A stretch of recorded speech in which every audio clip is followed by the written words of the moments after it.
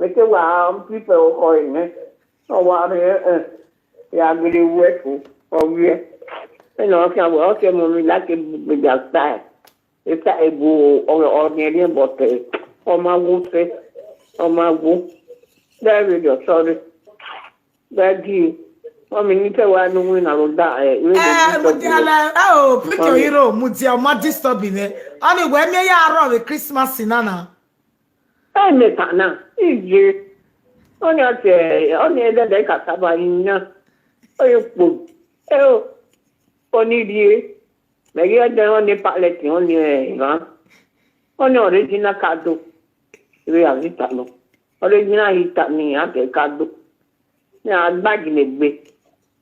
My baby cover cloth na cover ni won ge no ge na ye igo koko yawo we different type of block de wa ya gbe block ton ke be ni fi ke we ni wi ton lu gbe o mi awoju ori ma ri meje ko mi ra gbe mo be me go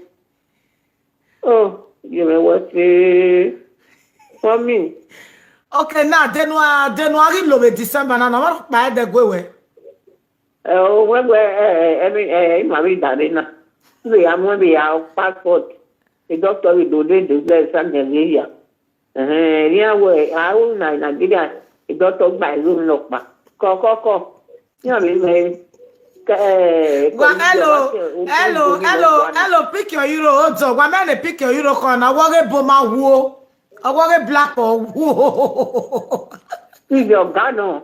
CJ. I'm like him. Ring with the Denny. He was when you.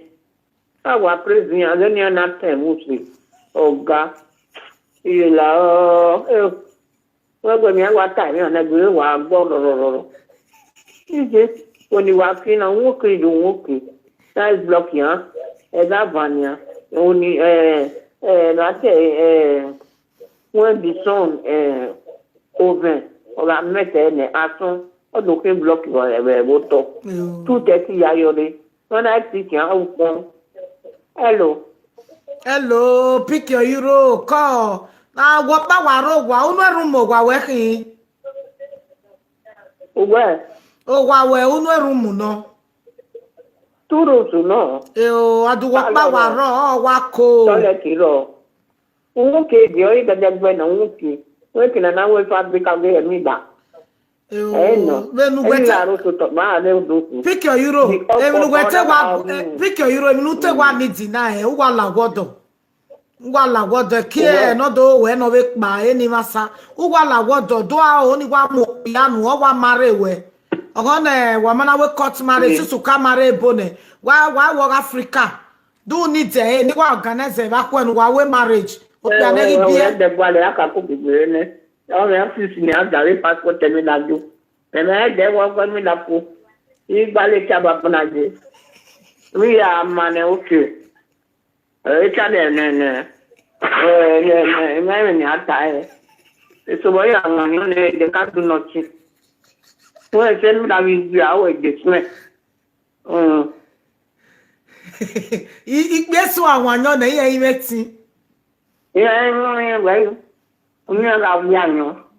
A cigar, a coffee cigar, you see. The cat one, you know. Oh, beggar, I mean, in a camp. A tea, cafe. And then the can't fit. Mother, you have an time. You take a little wake up again. You really guy by. Oh, God. But when I do this.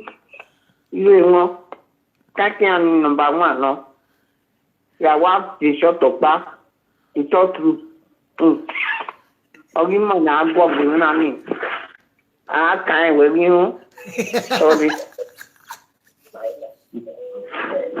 I want more good enough. If I were by me, I am. Where I am, what's I say, pick your euro.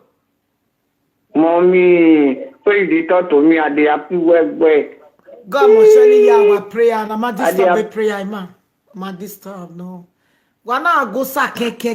Why enjoy life? And I go sa.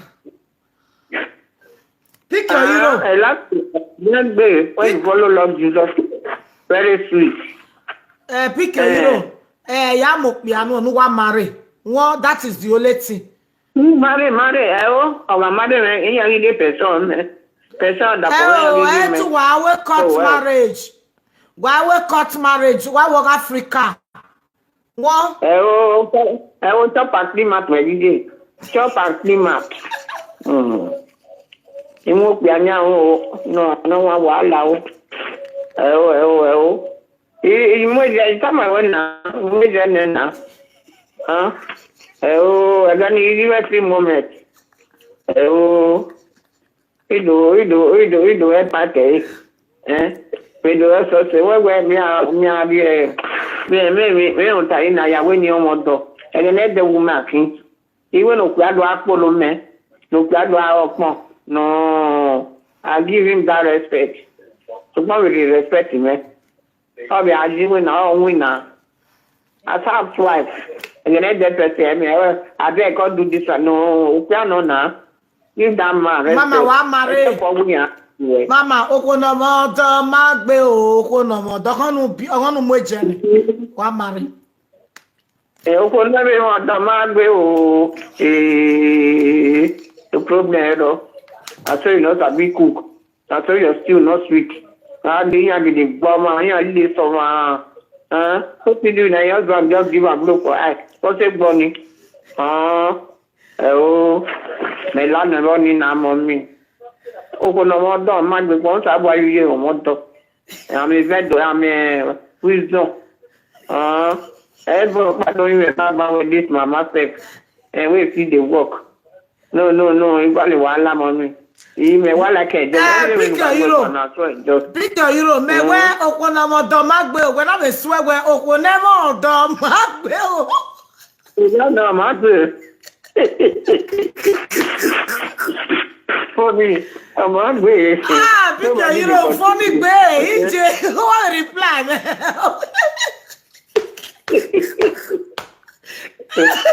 Raymond Domadio, while I get the so we are begging to do my class.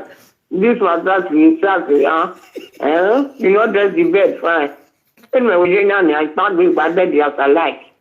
Maybe change the bed every 2 days. You don't know, say, I go work, so 2 costs. 2 days where you just take and sleep, you change respect. Now we are lawyer, the bed is sweet. Malake, kaka. Now I don't be on the net 20 or on the bed. See you are plugged away your pets on top of bed. Well, we have bed over yes. Clean and perform. No, mommy. You mother really right. With me in myself, but mommy. No. Oh, why the maybe I don't tell me, okay. Would I win us?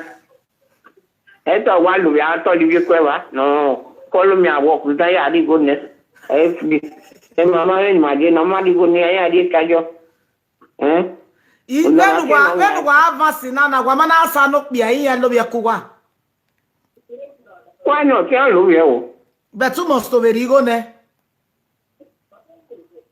mari ari go no mana o ga de do to me ona nwena Ola de mi son ni.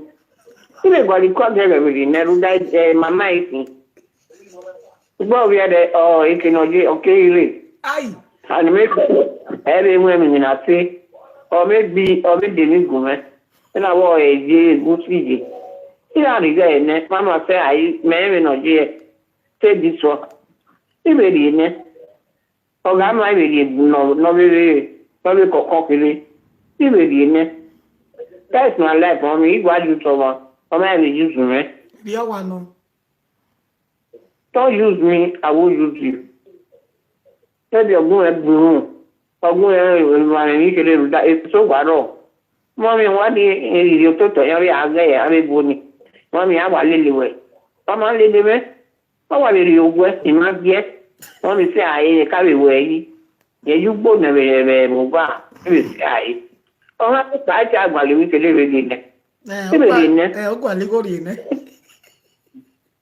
Me wa ma re de wu ma di go ne wo e di opta bo. We na ma satisfy me see. E che non ri ari do re iri 50 euro ne. Come re be di 10 euro ne. Come de ja me yi kaka iri 5 euro ne. An ma ka me lo da. Come ja me yi a de fi ma ka ko bele. So ta no na go me fu. So mi wo na te fu. Mo mi hello. Irema J. Well, na te fu a. Oh, ima o. Fu. No ko na yi ni. A ke fu. Come ma ja me fu, ma ja me yi. Iri 5 euro ne no. No ke. Mama igo na de se we ba di go le gbede o. Then you think and ta lo gba.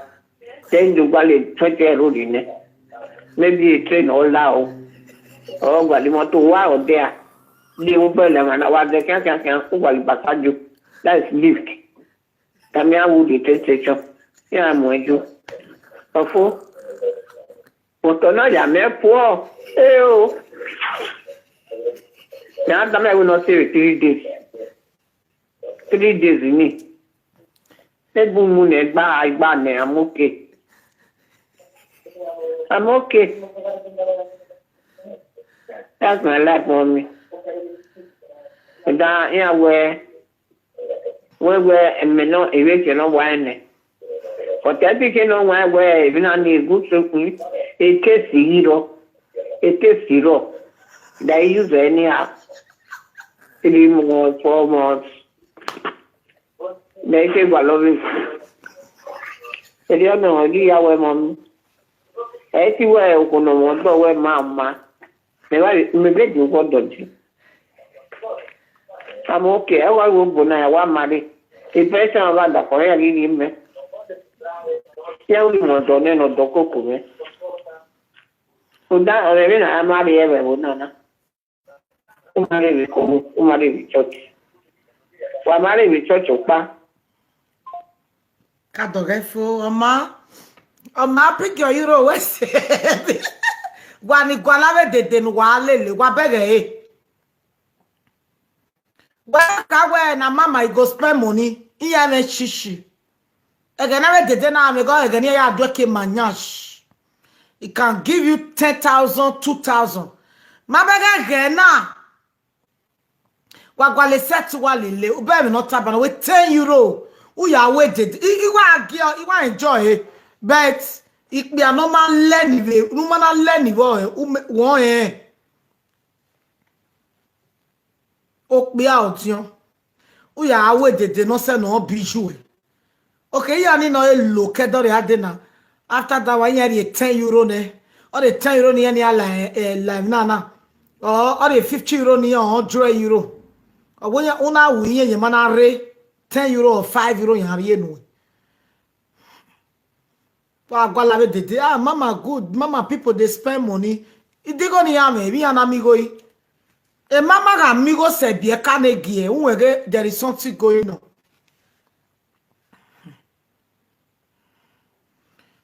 Pick your euro. My wife miss you where? Hello, testimony. Hello, Mommy Jode, what's up, babe? It's so side to what we say. Well, it's not testimony. I just want to appreciate you for what you're doing for the Edo people and other tribes in Nigeria. And not to do that, your work is good. And even your entertainment, you are a real comedian. I really love it. I will not say what they said. By the time I listen to your words of wisdom, the person will be happy. I really appreciate all what you're doing. I just want to appreciate you. Nothing more. May God bless you. Bless you too, my brother. Okay, bye-bye. Wese. Pick your euro 67 years. Because a boy man or boy, in your day a catable, carry woman or big saying. Hello, mama. Hello. Mommy, go on. Eh, o site we ise mama. About top pay. Ise. Yes, mommy. Yes, ma. Oh, mommy, me that's so what. Mama, let's go in the king when I'm so. Okay. Call. Call mama. Eh, why you with the You know, I don't. I can't imagine like a year no, there will be a minute or two word of not you know, and I will manage it over you know, but not. You know, what will not be call you, man. You know where all our boys so who get one for now, we want to call fear your own. Aware matter no, my one say, and I don't know why we will say, no, we made the winner, we know why. Who are when I go view of I know your mouth, always do I will not feel call fear your own. Remain, yes, we may not say we bet him my one for never have another one my problem at all.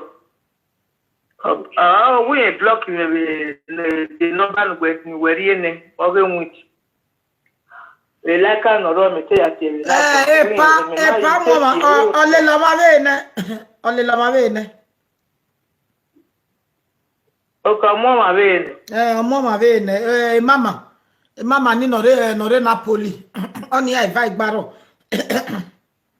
Mama vene, mama wa ho we mo gbo ye gwalo.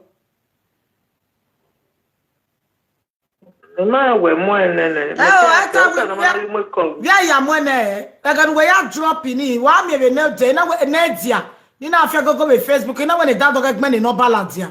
E ba ne mama we na me no be pa. Okay. Oh, me ma jage we na dia ni. E ba no we na me no be pa. Again we ya drop e mama na call what that fin ye no ni e mo no ma be. So, what made the mistake? Oh, what a free, no, we no more here. Me mind, and make it here, no paper, Marijo, and I hear where. We get here, or my, you have my very baron. Okay. We want continue with your small boy. One mama, this will fear with small boy.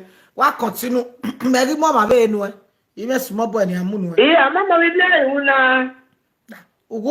Friend of mine knocking on my baby a cow like it. What's up a work one here? Oh, you go, eh, my boy, caro. No, my work, very caro. Eh, my boy, not a waro. But a boy now, when we can't explain my way, and I will bet him our road, but every friendship radio. Oh, no, okay, near worry. Nimwe, we went my way.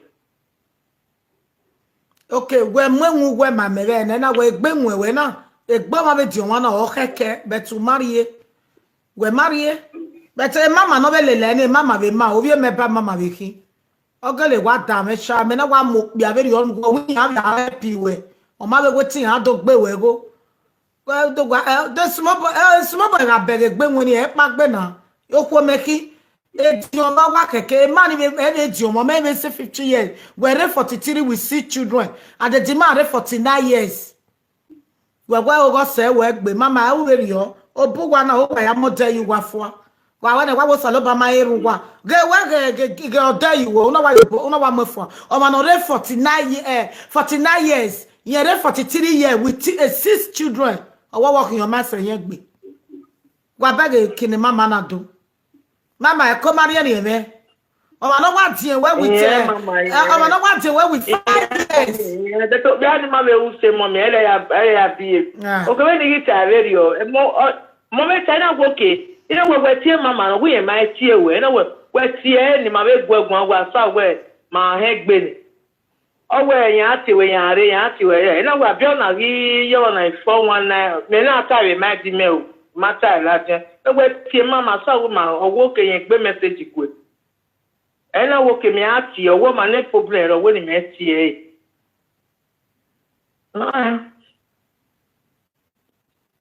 I will carry you for we are only no we are separated. Away, ye won't go. Ye won't, I mean, we may take Wallo, what but may all our when you are worrying and take Wallo, well, okay, need to train Christmas. Ah, they will go tell you where. Ah, they gap in no, walking my well, no, ya me. Me ma complain, walking your mamma, who way. When we 43 years with 6 children, 6. A pana won't make 49 years. Just only 46. 3 man of 46, Abi. abiere ya zo unu pa ya de wa gume gbon unu pa ya de e very o abie I was saying 8 years I've been why 9 years we are calculating o ma 49 where 43 gawe 6 years 6 7 8 9 6 years o ma not deal with 6 years we me 3 children walk your magbe mama man we no we too much lucky we for he take ba ogewe man na win na Gezenofi. Because of that, when you were begging, we were deja, we in Gualo, no. I made those alone anyone, because I was near him on me, saying, I him good man like it, but you know, in my camera walk once, you know, wow, you know what, and what about every man. Now we were like, you know, Yaku make wine. No, but you don't do advance, you know, those clean, you know, I've been no could not see, I know. Orlando siame severio. Oh. O masiame. Ere ma ya siame. Masiame ge o masiame o wa toshi me. Salo but o de iwe wa no. De iwe. Uwe igwe le gbe su so pia. Ge na o pia no kero na block iwe ba no na e go responsible. Keni na I block uwe. O pia no responsible o ka block o na. Okay, block oku ma ba ma yin ya we o ma sen because o e married to your we go. Your mama no be move ma. No. Block you nature. I block we now. Me say we like 3 9 Egi mu luwa mo de iwe fo. Gwa u veri oni o gele da. Na ye vie.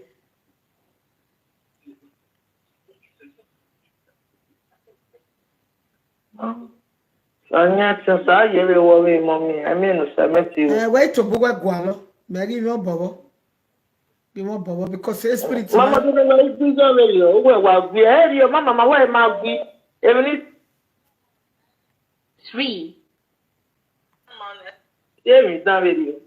Okay. Mu o ma o. E ge we yo. Emi ya kejo. Eri ya 3 Dama no tie fi we na yi.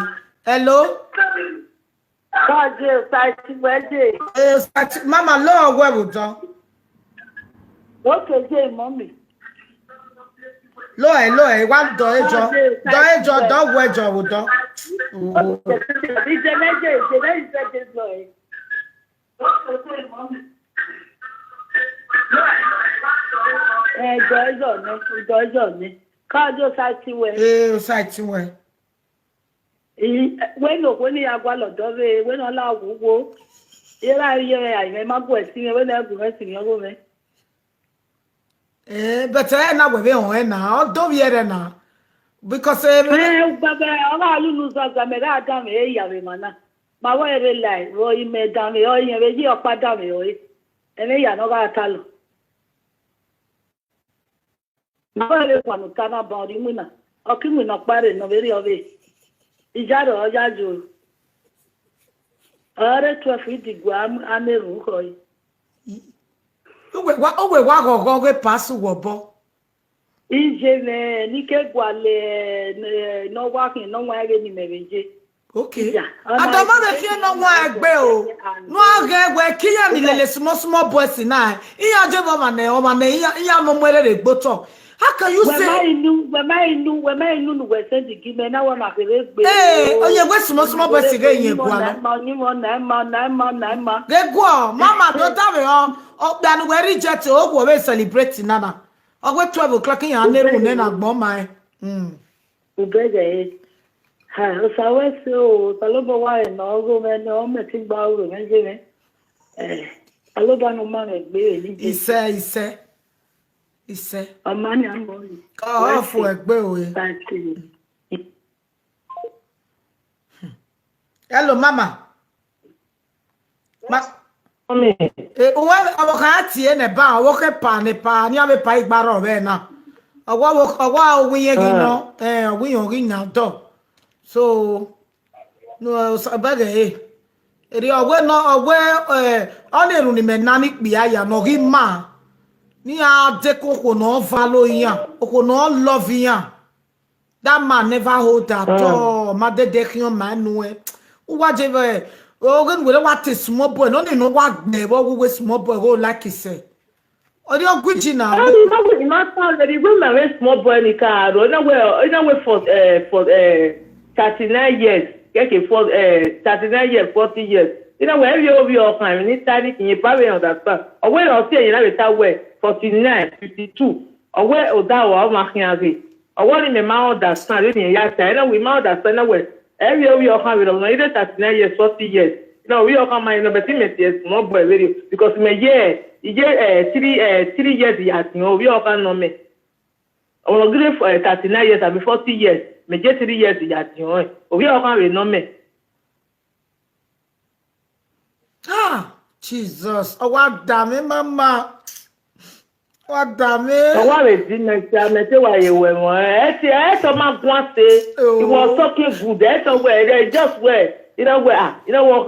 When I agree, you know, maybe not me not say. Eh, you Jenna because oh, my baby, you see where my son. Oh, what damn it? No, I will see. So when the end of the every man now. Because I make a while at the every man now. Oh, vie, mama, vie. One ouvie. Vie, where vie, me vie. It a low boy. We be ega we small boys mama even though you are gone even though you are gone wa every man now but no make it take off for ma me believe because you know you are wearing I need to me mama man gwi e ti ma gwan so bi na owe eri cut you because ya we okuno kaaro ya ga me o no temi ya ma me ere ma ai akwa temi e cut Mama Gina, Mama Gwen meta, we meta where avance se or for your way or Mama Gwen what it is. Oh, what time you ever small boys go like you say? Or be boomere, dear Mugelina, or Bumiati.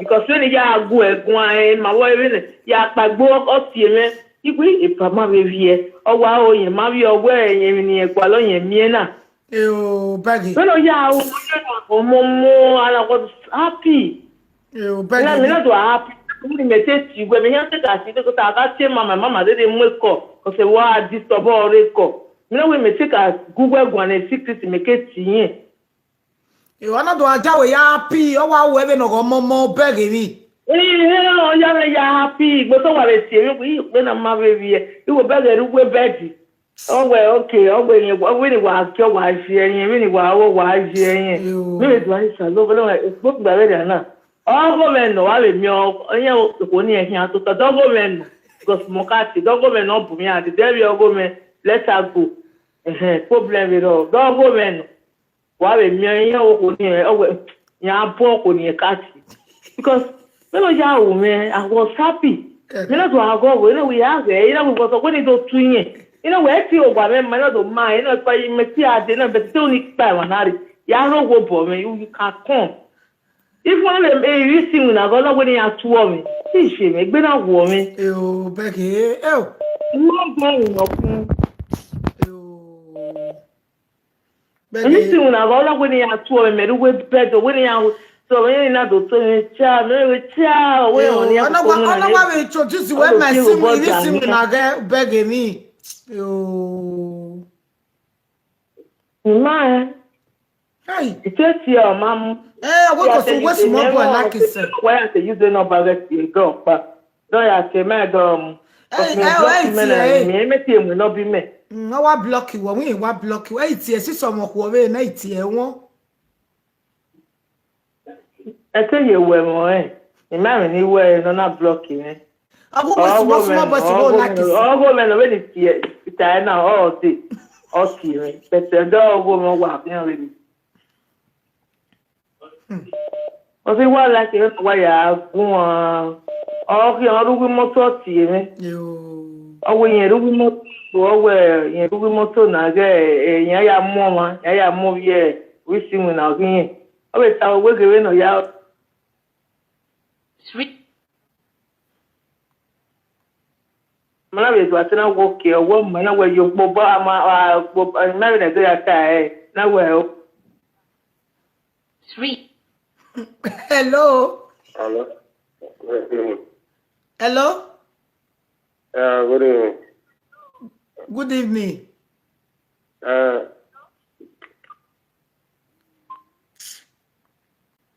Hello, Mama. I worry o one. so ye wa o Ati efi ona. 4. Me a testimony. Hello. mo yo ya to pe Ise e o site we. ko ye wa ye e testimony na re Okay. ye prayer no Eba wo e declare. prayer no ma ya ko 3 days Yo mani awa we. Sasa me bisa oyin anagre ya ko egbe na Egbe na do ra o sawese. O sawese gogo maya ya lupo na o be ti Jesu. Ko o site we e. Ye la wo me no direct record le da we me le gbalo I will record go me ma na time YouTube ma won la wo important people ve ma. Ya wa okpa wa gbe letter go me. When ya we Facebook. Ko we say. Me wo no re program no re YouTube ma na ya de quality gbe. Hello. Hello, mommy. Good evening. Good evening my brother. God bless you. You know the woman on the book one, you take part of it. I didn't know how you got it. The woman who Woman no me or me sister. unu gwe The me. number. Unu gwe me. Our me family. Unu years weje. 46 years. 46 years. Yeah. O mesi so me. We cut. Yeah. Down me we but the card me are the full. So man, the do a decent number me call it. But it time what ga ga no e mo ku bi mana. Ah, wari e me ni ta. Wow, mommy. Mama e via ye me pa na gwa kwa be to mo gwe bai. Wow. Go me kata man ne gwe adam yo gwe fia ni kata man. Okay. Fia What we do you do. know about it? Eh.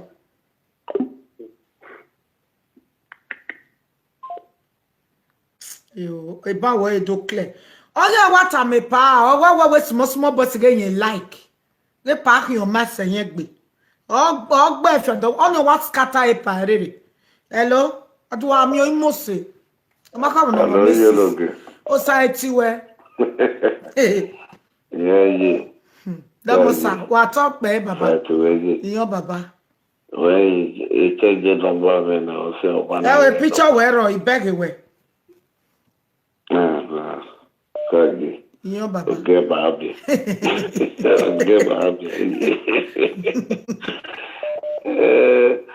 Oh, la, Sudula. When I did the idea, when I looked at it, my well, la work mode. My well, no guano. 3. Oh, direct him. Hello, testimony. No more quadrito. I know. Ọmọ ọjọ́ wo ewẹ́sẹ̀ o, dọ́mọ̀sà, ewẹ́sẹ̀, don't we want to spend. Well, a very nice woman. Very nice woman. Very nice. When you are going so we mue. Hello. Okay, mama, why mo banana? Oh, wait, mo. Hey, mo, mama. Hello. He made wow, na mama. Very nice. Well, hello. you only contribute to here and also. A direct bring it down. Hello from Italy. Hello, Sati, where you are talking about? Hey, Prince Don One. Oh, for a bit. From you are talking about. He said, oh, Even though the woman in calling, but he want to go celebrate the Kakabo. He want to celebrate a big affair, celebrate. And on the one in my affair, people. Or you want any man? My affair because no be my Emma.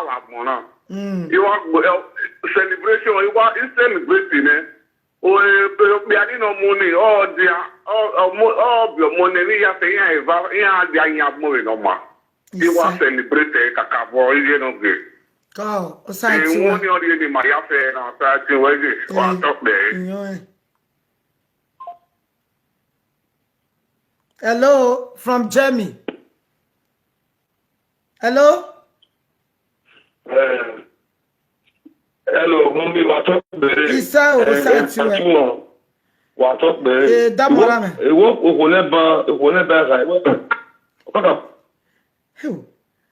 Gwa, waka kaboda we. Network. Doma na, man, ye vie bana. E pa gili gwa like e. E pa na we ti yan gba, e ni e do anti go no we amune small boys. E ba ne pa na wa block e. What I know what I'm that was small boys go like it. When go after when only 43 years with children. No a dog and lele brother na ni money brother na. E no we have here wo wa. Hello mama, call outside to well. Yes. Ave brother pa when you like it we. It when you forget me pa ni no be brother na no e. Won no we have here wo wa. Yes, ma. They brother no you mommy. Italogy no na agun ba na we like we we 46 years. Ye mo meva. Yeah, okay, problem we go. Abi awo ere pe pa da wo ere onu ta mame ni tie pa nu e baba. We no pa go ekun. Because we no go ekun, we pa go ekun. We no ya go ekun, ya go wan go no. It's a special, but I just love the way I want to go up for one. What for one? What like my day happy. You. E pa were la mi a o gare line. You. Oni eniga day happy. Even was happy or why you happy. Hey vie. You ga be touch me. Igwa ime gwa even if force even if te ma on. Wa be o ma paga e call. Hey vie. They were not calling now. Oh, yeah, Magwala, web, brother, get panya gualo. Hey, vie. 3. Hello? No, what I? You went to get Yes, man. Yagwe mama no re Italy gua. What? Yagwe mama gua. What? Hey, vie. We not see, man. Oh, yeah. Yagwe mama gua. Mama, la wo, lao.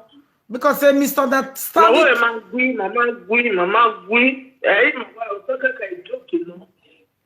No, we're joking. You got Jay. Actually, one more say. 9. I call it now. Hello. Hello, mommy. Hello, mama.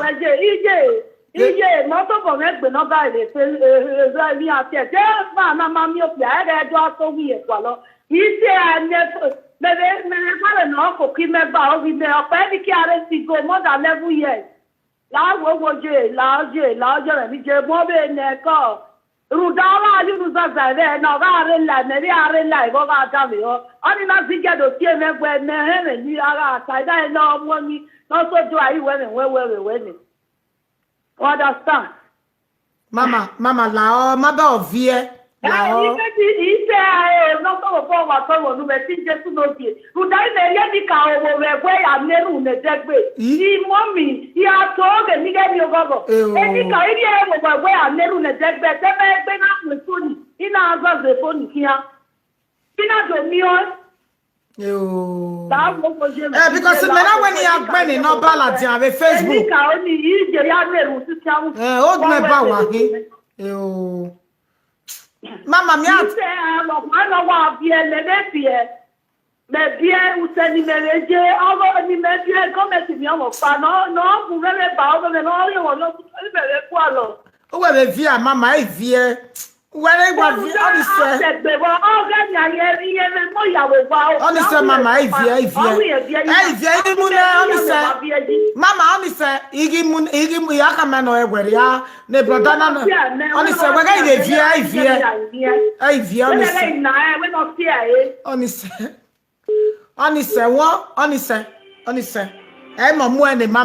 Again, now where give the way free.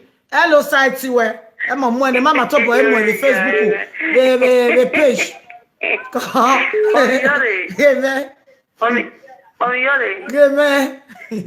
Okodi.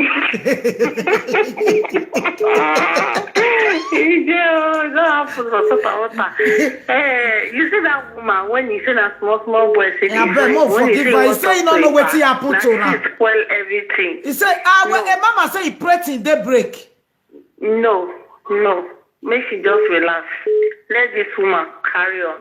Now connect her with that man again. Make she relax. See somebody say she wants her. Make she use that man take control herself. Make she forget the part. Because you open my tell me say na small boy see they like. If my tell me say na small girl see they ask me all day to use.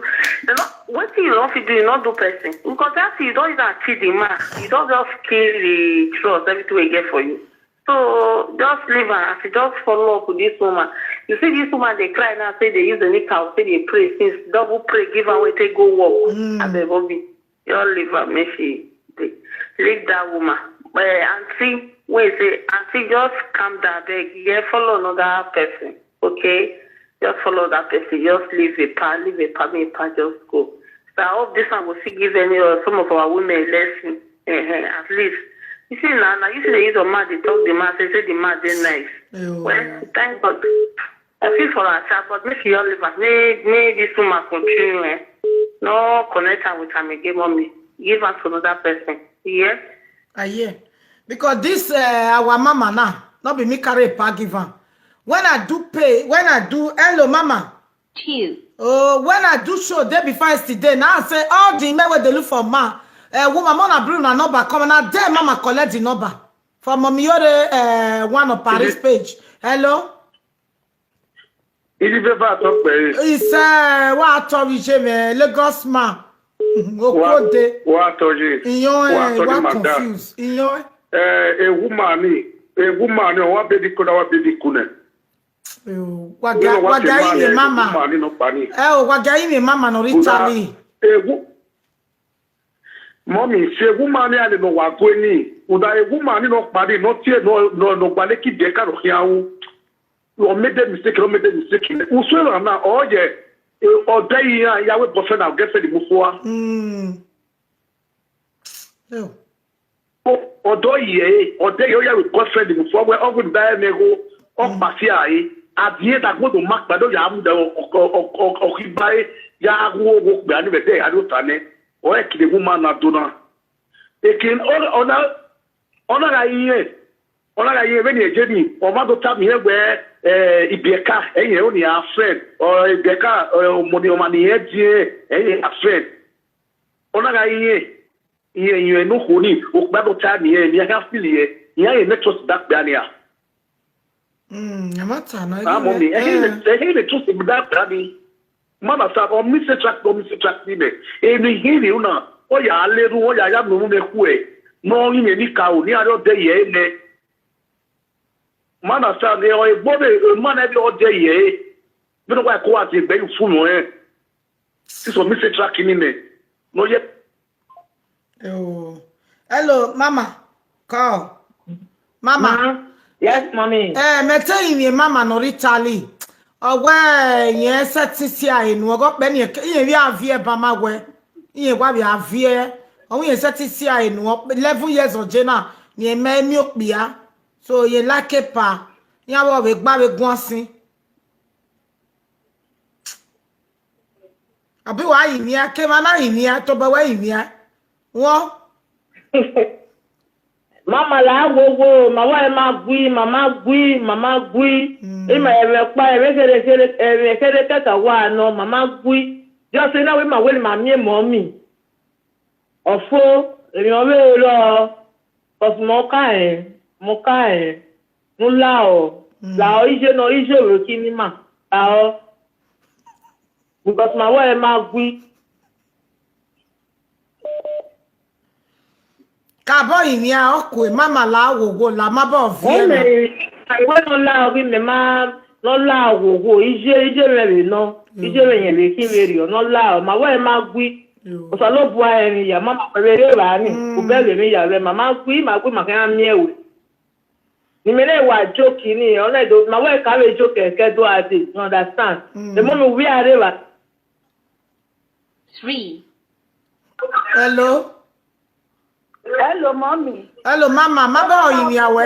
Na ima ni agwe fun ima do yo wa e me bi oro lele ne na do mi odo. When ola wo when o fi eme ijela e bi jere we ya yin e. Imere yin e when ola ho ave ku bi ka we ri e ba e. Ogo be na ki iye awi iwa wa pe ba se lege when o se mi aye o. When o se mi aye na no yo 20 yaka. Ohun yin mi ame ni yaka mere yin e no la wo ko. Iwa we ri ti ku e be dia. Ire ni ka o bo ya yin ya la wo wo. Di Mario boy do mi o ma ku e ti bi odo. Ohun when Allah wo wo abeni so yo egbe no so ibi ate o ira ya vie no so ibi ate ija ha Now wow. Hello. Oh, nice movie. Now nice movie. Hello. Okunagi. Ogiema gumegie. Hello. Ze be wan se re tota. Cause mommy ya ti gwa ye me na. Ai me mama no ritani. Ona awe wa nyanya jo. Ti anya yo. Every time mommy is that way. When them demand ladia. No Tuesday, no ni gwalo huwe. No pa make na step down. Boy la ja mama blocking ene. Ba block ene. At e pa when e gbo mi. A very responsible man. O block no Vienna no yin no block ene. O block e no be va wa block e. No take me no negbere na oni wo e de Marcus o bi anu we can reject ne work your mouth we e ba we sumo ba su gwalo e ba mi o ma be na e ba we yi ewu we ni de gbo pia de egbe ni very e ma na e ma afa we di ma mi o ma be na o fi a e o gwalo ma be iwe ni sa mo mi ko se gbe very e ma Omijori atokpe. Ise. Hello mama. Mama. Hello mama. 3. Oh. 4. Hello from Spain. Omijori atokpe. Ise o sa eti we teme. Yeah, I contribute here in Wakana concerning Biago Kuna. Even it's good we should hear from the horse's mouth. When they demand you wait. No need to know yati my husband la ni ve na wa me na etana. Mere la ni vi etame pa we small boy pa we ri kwa lo e. Oh, we ain't going we not you way. No time me behalf where we like you win. No, it's our daughter, the house, mana, me mama, a page, mommy, Jore, a page, and me mama, a pad, a macam, a prayer line now. Or time no, Indiana, we make loss and on a block, on a water you go near bad red or your taway, via una. You want this small boy, I'm no. The woman. Well, usually would have been much better if Palapa or Lagia on one where this is the person he like, it would have been much better. Well, that is my contribution. It's second way. Oh, my time, man. I'm a mommy programming now. Oh, you know, my live video call. Me na beg pa, me na beg here na be begging me. E pa na we given no okoni muni eta mi na what we small boy. Small boy like a park your master yen gbe na we over 49 years. Where it 43 years when 6 children e pa me two we work your master work me. pana we enyo he ya zigo no no amune small boy baba re pa wa apanyela ni re pana we gbe tie mo na we ni ga gu ibe ni ya fin call that o wa son ni e o na call e mama na we mama atu ga re la ni ba mu ye call hello certain way you what up baby call ije nebe wenu ya ta na na wa anu se fo bi afa na o gava na ma ya ta ni mana ya ko mana ta le ro ya ko ibu le ge na call itself ona we o di mi o di o if shop itself we maybe o bi anu ka me o ne be so wo ha do dictate ime ya shop but o wo na o do me we e wa na we na me page yen na ye e no ba re e me na go yo ije madana na ite yo te ye gbe Sister Larry Odowe, why must support them? Why must support them? Allow testimony. While I will not forget issue now. Sister, I will go the order for if I open up block for why I block for them. Why is the only here? While you will be so why? Unblock it for block Facebook, color block every affair. Sister Larry Odowe, I will go. Or I talk baby. Oh, what's it? Oh, ye marry by sin on your own way we touch him. Hello, mommy, you're It's a been here if I want marry pa. Ye guy not mama not bag. Very soon, wow. One apple cannot spoil the rest, never. Mommy, hell. Mommy, Okwana no kawi ni atiepa.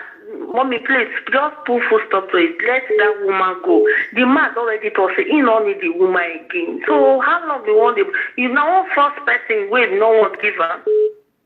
Because me, I not going to understand again, mommy, I beg. This woman make she rest. Make she rest. Make the change topic. Make tell that woman say make she look for that person. Period. That man already choosing choice. Let him go. I don't understand what they call the beg each other for what? Even though say you leave, the man don't decide. So not be the woman fault. So make they leave, make this matter, make they let her rest, make they let the woman go, make she go find another person. Already you don't really told that because the man already decide in mind.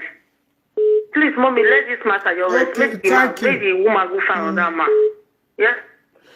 Hello from Italy. What with damn? Hello. Hello, Mama. Hello, brother. Me call. Good evening. God bless you, my brother.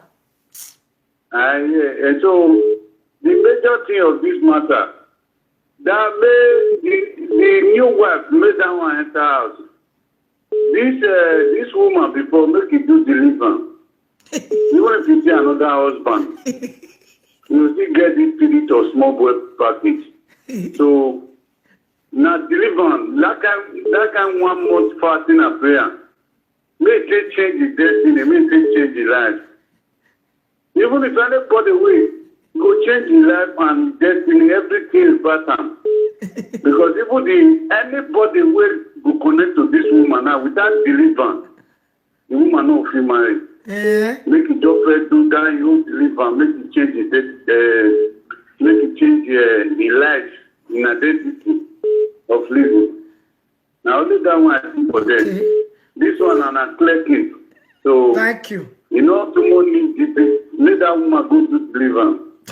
And now you know how to do deliverance, so no need. So he know the next step. Now let that one see for his mama. Thank you. Bye-bye.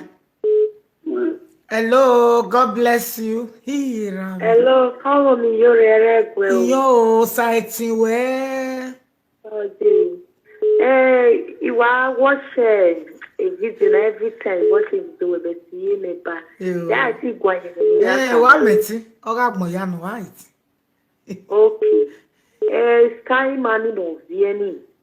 When allow when again you know you book here. If you're banner here, when on neru. Ikeso salobana rioreje because enema kunuri aeno nye. Understand na. Igbo moment ni ya ta ni na nye o ni na be small boy ebe you bolo you know wa. Obia no eti gba o da no ri ogogo no ma. Agwa lo why small boy si. Definitely small boy si you know wa yi. Small boy si ya eni gbe na. Iba we ya no. Actually, when you are not when no more 46 years, Ma come on we case small boy say we go along. As the world is too expensive. Or the expensive be na I go on only. Na o time me pipe na ko but so go na gbo o na me ko be no ri la wa. We get prior we marriage. To get your cola wa is man Italy we level years agina. You may care we give am enjoy we relax. Me pare ya go we go ni we kaya ni relax dey no man ro kiri. Understand? Oma wese baba wese joy. No lao. When I get so salo bari o dey get better salo ba kiri o dey get we no keme no ga ko no la dia. Dia because if your money there and no we gbegbe. Ka ma baba yo. Mama we yere lania. Hello, mommy.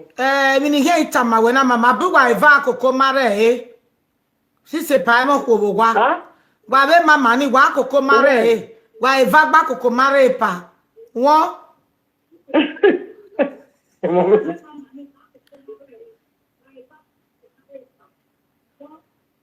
ukwe yo very wa. We na option. Mama ga ukpogefa. 3.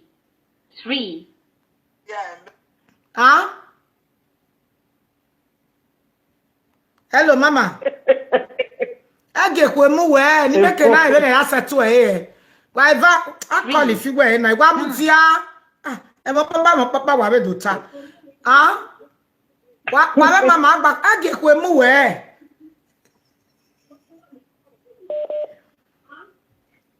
Wa eva kokko mare ya.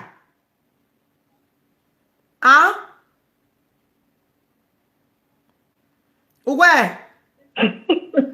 Ege kwe mu we. Mama we no la we no see ai. We no see ai. Mete we gwa ifa gba koko mare Wo. Awun ye see ai. No see. Awun ye see ai. Du gba ifa gba koko mare wo.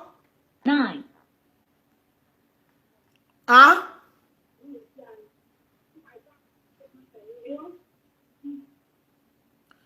Why va koko mare ya?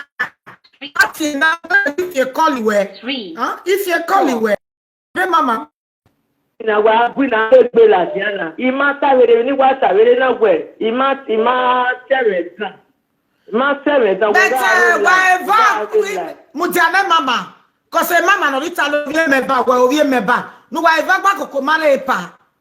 Ukwe yo a.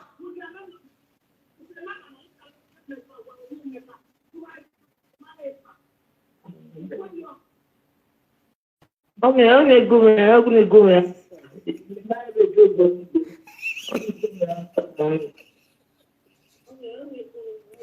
Okay, I go answer. Oh, because the man will make what is the video. 3. Me awa me na ma no tie na. Dem no ave do time na wa we do ta. Ya gbote wa me go dem egbe na. We be na gbon na wa re se na o plan do we va we bo ni go mi e salary. Igbote en wa we do contribute to jo. Ye to be e we ti me gbote te gwa le me no ro unu. Mama go me mo pia be nu. Gwa re be gbe pa. Won go me no be brother na no gwa wa egun baba. Won 3. Hello, mama. No problem. Go me no bag e gwa re be gbe pa. Ka. E gwa re. Ke mama mo ahia. Won dog we no get pass why. Ge mo ahia. Na e gwa re be the topic. Go me re di no ba no. You only say. Where's the mama? Where's the? You what touch me? Hey, vie, où est vie? Mama. Ah, il y a wa. Vie. Moi, comment est notre brother na no tie baba na. Comment est notre brother na no? Tie baba na tie brother na baba. Wo. Ko. Hello. Hello. Hello. Mommy, you're the one talk to mommy. Hello. Ise. Wa talk to mommy. Ise. Iyo mommy. Elena, we teenage. But quick, Mambele Okwoni no rie Italy. Awoe karok beani. Agbo dan tamata. Awoe karok beani ona ya quality no ba. Vorizo. Adane be. Imagine ya tae. Adane be. Better panya ile tamukoni. We no have webo. No salobua orayo no se e pagie ano wiko koni no ritaligbe opia e para jere wo keke we wo age voice ya eva una gere no na ya gwa u gere no koni no ritali ma ya eva o the voice can say oh ewe ni se ai na ho ya fun egbe ku market date na today is the 14th. No one in a daughter way, yeah, 11 years, they carry single, they are me, oh, no, I get to me on my mom. Oh, my, you see me, it's hard for some way. This with 6 children, or parajere, they cannot work. In my wife, so many I already near West, then you will keep or salobari no matter any good. Only when you tell your mommy. Because well, only no return. 3, 3. Small boy. Wait your quick bed or quick bed. Where's the mommy wa talk bed? Oh, and that's any year, my wife out. A member my wife back. Let me get, oh, 3, 9, 3, 5, 1. Okay, Oma.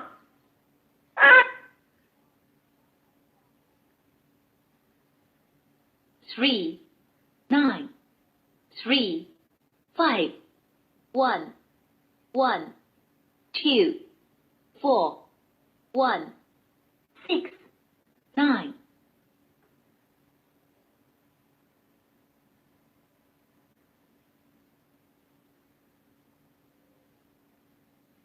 3, 9. Mama, ya reply we.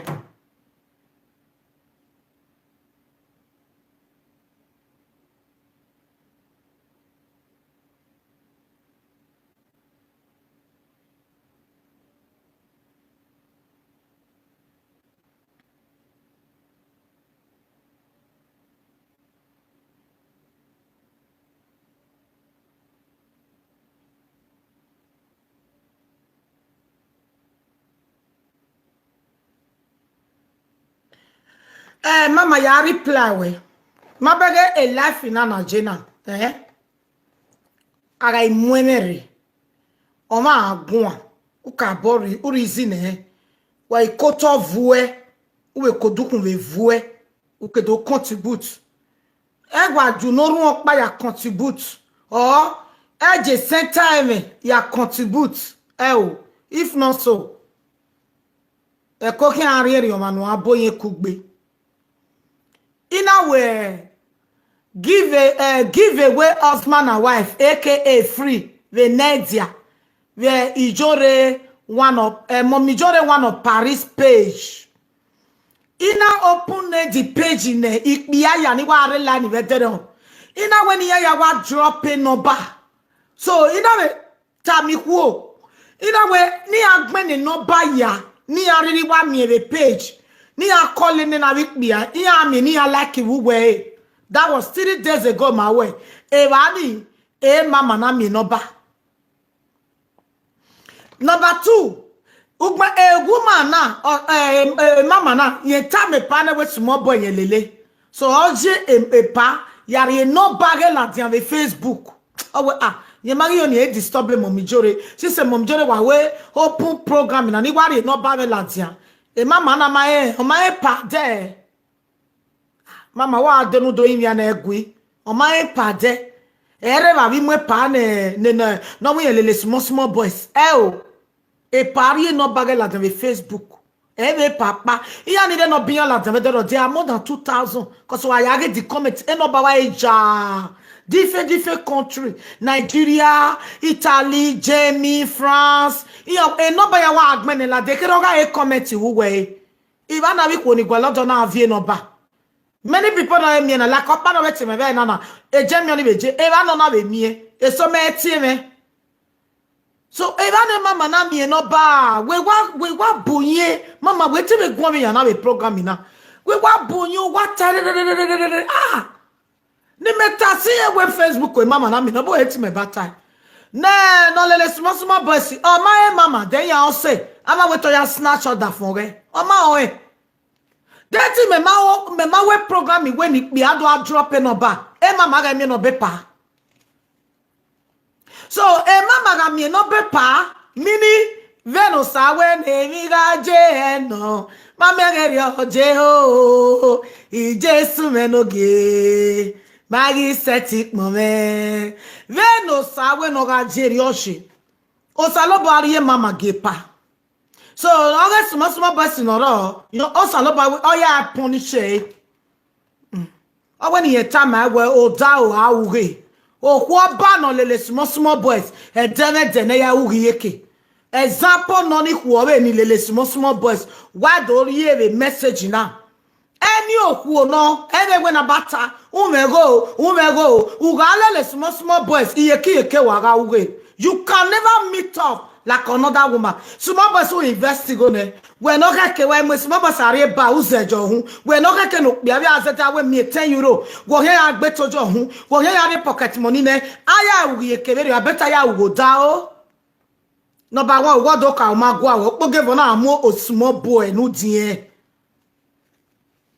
mama na of ye ba o salo boy ya pon se all do with no do tamedi the old people no lele small boys we bona ya wa komo year to year umi okpi awobian why because na small boy odo awiyan ginu wa small boy ni mama be tana na obe mo kwo wa mama ogo tu no ta be na be live video omo kwo wa ve na mo kwo wa ni na he ke mama mo picture small boy la dan be Facebook da wo kan mama mo la dan be mama we jore la ago me obi me pa we no si awa bi aime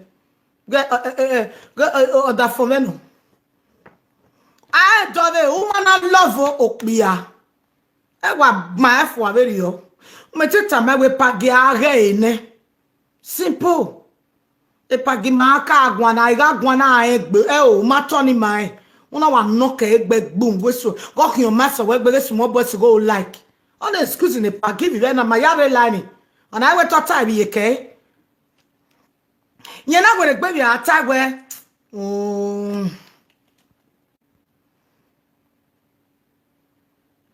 Oh, small boy me lucky mommy on a kioma semegbe. Oh, on a kioma semegbe. See me see pa my ha. Abi bawe ya. Na we mo go to ba na kwe na amu akaka we e pa level yin. Me ma we e mama no rita ni mama ke gwalokpia. E give away ni me una o special we den ni me evio ni mama. Iya mamwe mama. E mama ma be mweso.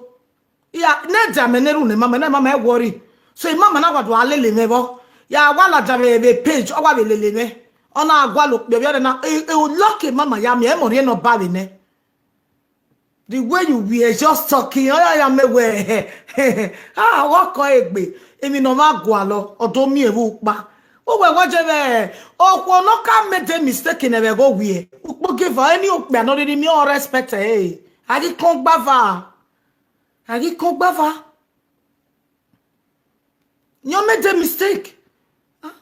Eke saki biye kana wa la ere. No wa do we no go momo. No wa yo nyapa. No go je wo bi atanai. Ora na wa ya watch a page. Mommy John one of Paris. A page ireba. Na ma we. Asunu na mama. Take out. Nobody didn't we but we call it the man. So a power day we won't forget every neruni where a power with a bebuade no. A power one me with a bebuere. A power one more stake a mama no Italy. Italy where they jebet a mama Napoli. Or stake a mama Napoli. E ma me Napoleon homodo. Ope no biere carry program na ope no kebe suse. I make contribution pa na ewu. Oh wow, every time. Oh ya Jamie maybe mana. E papo ni bet. At least e mi no so ma bo keke no so unu. Sisu wo ma gwa lo. E we pa o ma gwa lu we na e na do say no. Wo reject obiere na block we. O se uga vie o salo bari odo we no e vie. Ni munu na oda iwe na hin. Won jobesi amwe anything small boga itaibo da wore concentrate lele I respect we me even better station. Omakoko no biene. Very nice. We are going say 35 years. Iya jebe no me e body me ya uwe no. Oh, no, wa renu 43 years in. Ule look down on 46, 47. Eh, be a can of rototo.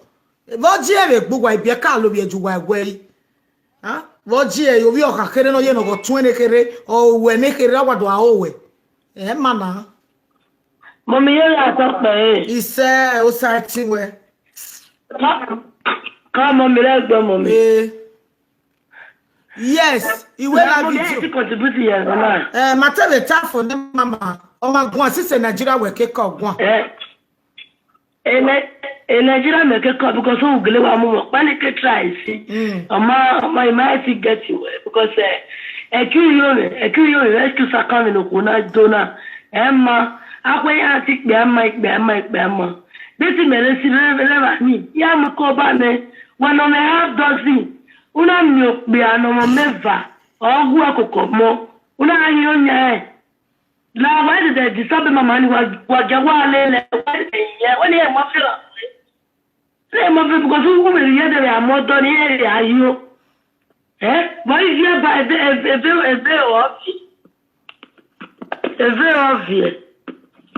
osunu no ye no oni stani ya ona Ofo na osunu na. Ani ni oni tire.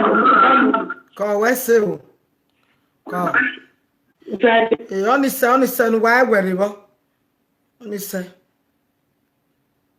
Oh, they like how using that not Italian no bano. 3, Tie Italian no bano. Tie baba na. 5, Ada ebe WhatsApp or tie ebe direct. 4, 8. Ne no ko yen ma we fie o. No be o mesisi now man. O ma no de largeness. Bobby, you're at top, He said. Fala tanto su passau.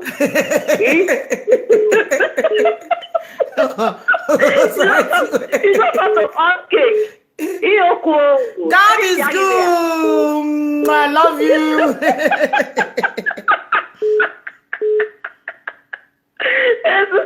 Every pastor you are, we're all there on the oh, the boy would don't let the governor go here to pastor.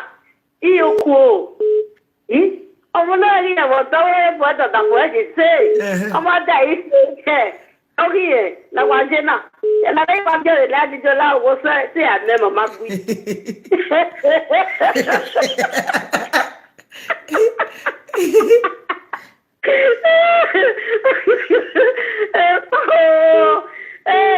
Ọ̀gá ti wẹ́ bọ́ mi. Ọ̀sà ti wẹ́ kọ́ bàbá yóò. Hello, God bless you. He said. He said. Come on, now we have to contribute. On téléphone, ah, on va continuer. Oh, phone, you want about time. You. Oge money no Mississippi. Amata yake ni eti ari mini access. Iwe na inada we brave yeju. O ma te suppose ni mini bia money. O bia ga de wa Mississippi ro wa de no ba wa de no haka ya feel comfortable. Ama iwe we no wa gba ogo mo we ni yega ide de lo bia for na. No ka gba ogo mo ni ye ka wa me. O ke tun ale lo bia. O ni me mi ewo. Cause ni man ni do bia after 6 wa ye ni do bia ji. O passe le muyo, o te suppose ni yet. We're Monia. No can do call it about we have dozen. We after 6. Mommy after 6 no. After 6 no. O ma te suppose ni yet I don't know ya. Eri na te wa muyo owa azin owa koko mo ipate le muyo te bo nyere agboru yen na yin te we nyere fo minyata e pa ma da tan wa ko na we de pa gbegwan na te we nyere yo mepa maybe na pa ma e fin ogodo yen after 6 o yin te to bo nyere ro se pa that at least e no bia yin na we no gba ogo mu owa gba ogo mu oni we ni ka mo mi go side ti we we no gba ogo mo ma le small boy we no no yes in a small boy ji even if when you be small boy, run away or go your magbe. Yani le small boy, ya be do amenwa. En wori bi e ka ya do misbehave no bi e ka. Here we no go no macho. Ya wa bu awie me. We so te we mama bi na kwa mi na ami bi e ka eri ojuwa ya we no bi e ka. Ah. E ma e be ni pe wa pokwa bo e macho. Quality e think back. Hello. Mo jere wa so pe. Ise o ije. Eje. La wo ya wa te get am kwesima no me sisi la kwa. Sisi me do dan yo. Sisi ame la wo boju dan yo. O ga mo yin eje. Mo me mani ko ro kini ma ri ogo ni gbima. O ga me no we position we de na me ri no bo bia parapa.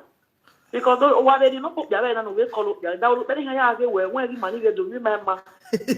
Wa be na we me so so ni wa ko na we so ya ta we na so o ga mo we e mo ti na ye me ekwe ri no balada me ekwe ka ige ri do bia wa se de kere yo sista me no uguga kwa mure o ya de wi lake hello o side we from Switzerland ise o mommy Emily asayo jenogi sister ni o ma fi o o ma fi o kakaka ma fi o we o ma dano because o bia di mebiena is 50 years of young baby next year so very early 40. Okay. Maybe this year what at the wa be picture it. Okay. Because they don't want very only on no fear and live very only. So they very only no have us all take care of who. Be I be come again. Mama la wo je no ge ga mo ko gi mani be wa ti gwe.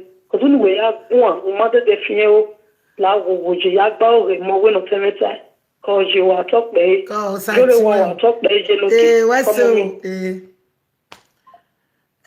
ugmeso oma awe mi wa wo Mozambique Mozambique o ga emi normal man egbe no I don't that way because of kadore na do ye police mu ye na be ye police mu we no wa gwa be no ye na megu wa ma en lo ono na no sunu na egbe no egbe bi je egbe tun egbo egbe yen wa no direct me do wa get a point me when na the police la baba na ye arrest I because obi juwe no adomu we so we bona esunu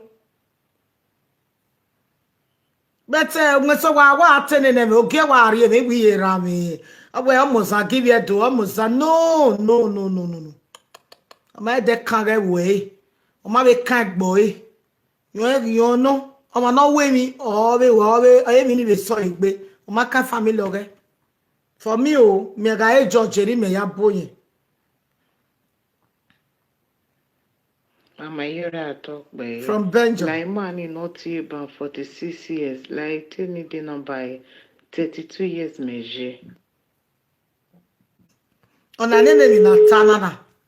Kwa bere go. Ona nene mi na tana.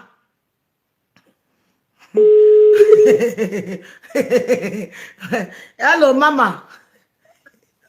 Hello come miracle. O site where am eje call. Come on. Igwana nene mi ni matana. No ba no we merie no like small boy. We do we ne di no ba again. Come yari nene.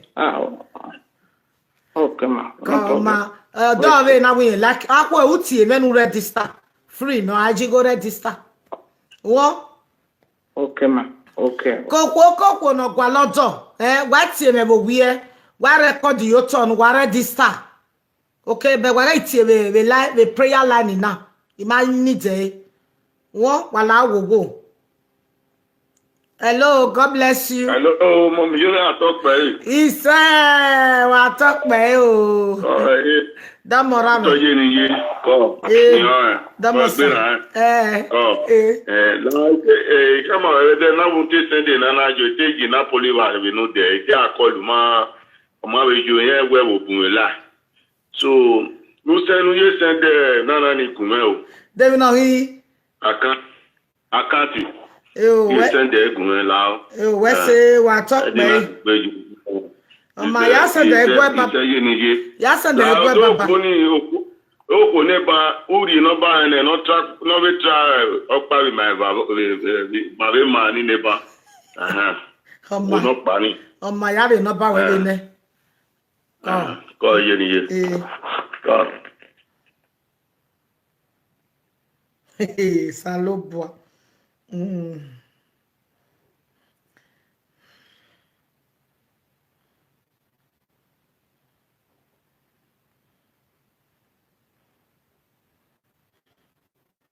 Wani gwazi go be na wa ma o ekponu wa kerere gidi o.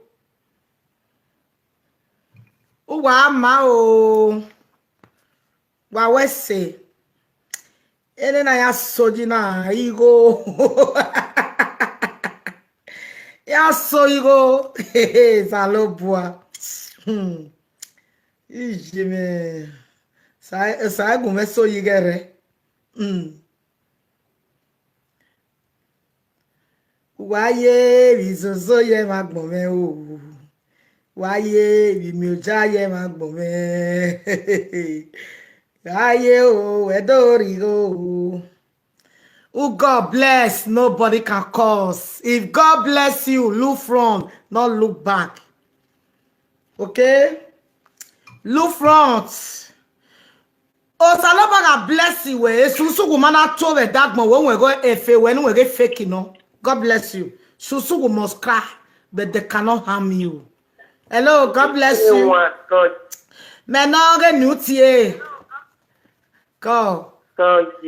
Hello, where would you? It's a low and we are watching me. What? He said. You are like him and one winner, Kakabos over the power. Wesse. So bad. Number day. Wesse. With a low boy. Kaya se TV ya bojan man kaya se TV ya ile first man married to Bueri. He said. Usalo boano de bawe takabo. He said. Yari me kiri ba the woman ni. Okay. No complain where yam okbiya. So okesimo se asisena no ya give where okbiya mai. You understand? Or made a mistake, you know, made a mistake in it. So you believe you wait the second phone number where you the nanya we no kaka board die. Or I see beani or it change we no kaka board kereta. No kaka board kereta. If not, never to lose this second number na where you lose. Ya de awie akwa mi akole. Iwa like the woman. Go, where's so? Where's J? I mean, I'm mafia with programming with my bossy Kayan. Hello, if not so. Hello? Call ye, Buddha. You are talk me over Jimmy. Call. Come on, me, Yuri. Urelania. Iguarema, Moijelani. Irema. Okay, mommy. Ya, here, where I went. You are ready, star. Okay. Una te mama imana mu drop a message. Eji no je uno monu ebie. Won. Okay, mama. Baba yo.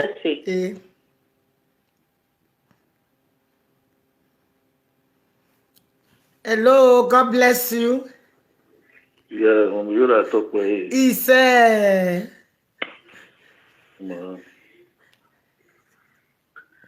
I'm from Italy. Okay, I hope Gualo, because I go Quantona Aqua. A day, Aqua no. Aqua, the prayer line in Akinawo. I do every man a picture now. What you do?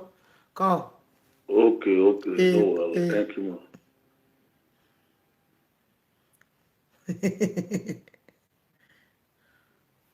Mommy jira atokpe. Ise. Come mommy la me kwa loko no be advance in here. La mommy. Mary 46 years old na la wo. No be there from 35 to 40 me kwa lo mommy no la. Wa be mi ogun me la wo no pa me na mommy ko. Do washing me brother me. Go kwa etana. When we atana na yeti what that can level 30 to 12 each check be. But why are there olive oil 2 packets of salt no why away prayer. Okay? But Jesus Christ no me mafa. Ogogo wa mi e gboku ni. Alago dawo. Ekenu ana mi go ya lele we mi o me ege be we. Ekenu ana mi go ya koke ege be we. E marriage ya alare omo alare. Uwa agaro wa ne mose. E money mare ni mai ha kan akwa ba. E ti Jesus Christ no re dogujo korima. Emi ni so bo mu to ga dinode. Emi no wa be so bo mu to wa ga be dinode. Egi agwa ya fe eni ka o garu ya o be ni Jesu. O ga jinya wo balo. O ga jinya o ga return eru ni anagiwa o ga return egian. Egi we ga won mosun apopegbe. No monitor we ga won mosun apopegbe. No we nu de ga won mosun adele kwa. Be ti Jesu Christ no do mi ma ya fa. He said so why am I fema? Everybody, why I don't live for your kick okay ya? We have to pray, okay? Or I hope you are done, sister, you all block you. O sagwe bien no be done. O sagwe lelu be done. Sagwe wasted time we can be done. I know it's your year, banana. Go and buy it and you put salt for inside. Your life will never be the same again. There is one man that give testimony today. That man called from Abuja. This anointing oil, he said na his sister wey be Italy.